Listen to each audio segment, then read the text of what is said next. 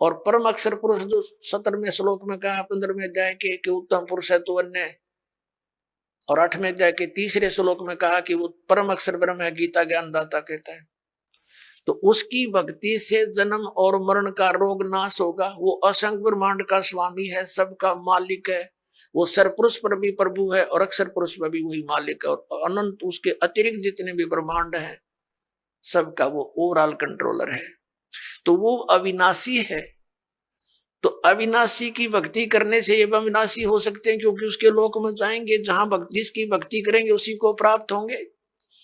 तो वहां जाकर के जन्म मरण मिटेगा।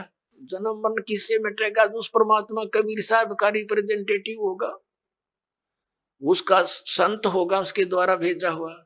जैसे विष्णु जी के कोई उपासक संत से भक्ति लेता है गुरु से, तो वो तो वहीं की टिकट बना होगा विष्णु के लोकता की। और जो ब्रह्म की साधना करने वाला कोई गुरु है ब्रह्म, तो वो उससे कोई नाम लेगा तो ब्रह्म तक की ही टिकट बना होगा वो। अरियुदास बना होगा सतलोक की सिद्धि, बेड़ा पार हो जाएगा।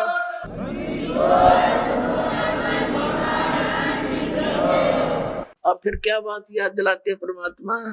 जा सतगुरु की मैं बलिहारी, जो जामन मरण मिटाही। यदि सत भक्ति ना की तो फिर क्या होगा? कुल के लोग जंगल में ले जाके दिन ना ठोक जराही, बांध पिंजड़ी आगे धर लिया फिर मरगट को ले जाही।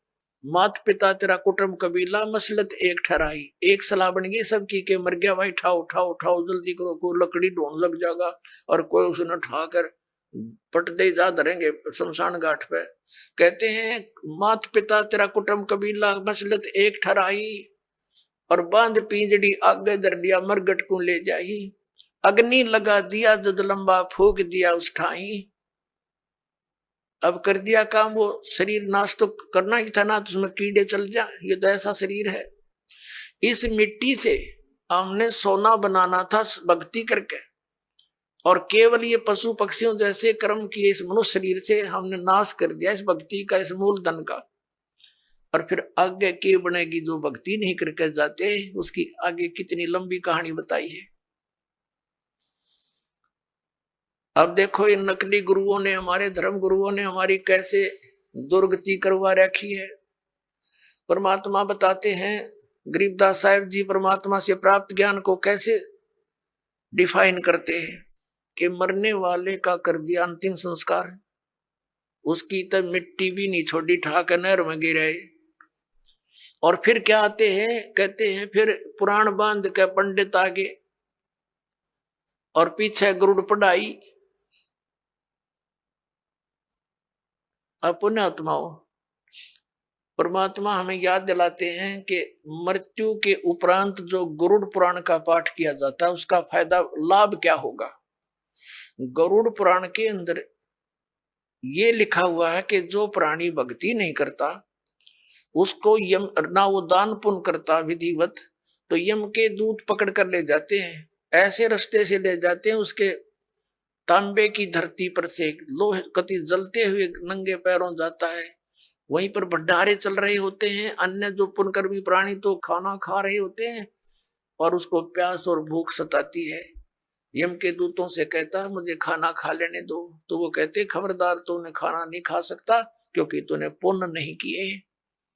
वो रोता है, बुरी तरह बिलखता है, बुरा हाल कर ले जाता है। फिर वो कहते हैं एक बार ले चल धर्मदास धर्मराज के पास, और क्या आदेश होता तेरी फिर सेहत बनावेंगे, तो फिर गड़ेंगे। उसका कलेजा फटने को हो जाता है। फिर गरुड़ पुराण में बताया गया है कि जो ऐसे जुल्म करता है उसके हाथ कटता है, वो ऐसे कर्म करता है उसकी आंख फूटती है, वो अंधा होता है। परमात्मा कहते हैं मरने वाला मर गया, उसने जो करना था वो कर लिया। अब वो गरुड़ पुराण मरे पाछे के काम आओगा, उसका जिंदे जी पढ़ाना था ताकि उसको डर लगता, भगवान से भक्ति करता, परमात्मा इन दुखों को याद करके बुराइयों से बचा रहता। अब वो कर्म फोड़ कर चला गया, ईव गरुड़ पुराण का पाठ करा, इनकी सारी उल्टी रीति।